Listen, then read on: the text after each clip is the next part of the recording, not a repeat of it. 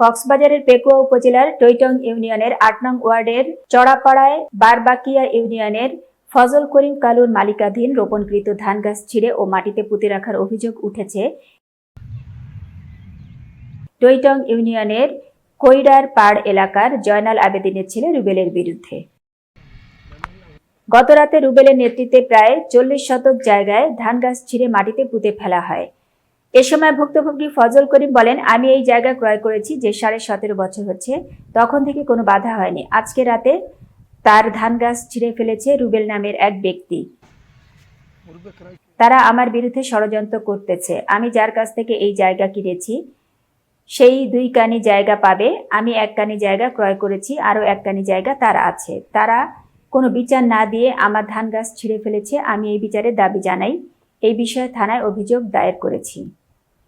তেরা এখন লোয়াইন জামিল যে জিয়ে বিগত কিনে দি 17 বছর 17.5 বছর হয়ে এই যে আবার কিনেও হয় আজ এখন বাজানো হয়।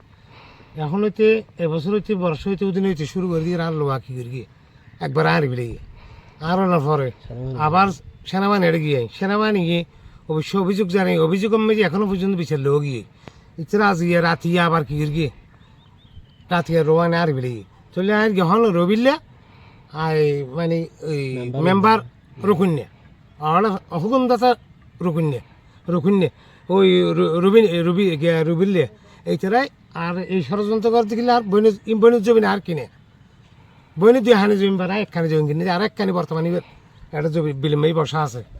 এই যাবতে তারা আর নহইয়ের বারবার কি ফলে বিশের আসান নদীর আর লোয়ারি বেলার এই তত গোসা লেগে আর লোয়ারি বেলি আজ 17 বছর 17.5 বছর মেয়ে আজ বিলে এখন কারে গান নয় এই বছর শুরু করে দিয়ে আনলাই সুষ্ঠুই বিশেষ চাই আল্লাহ রসুল মতো আমি সুষ্ঠু বিশেষ চাই।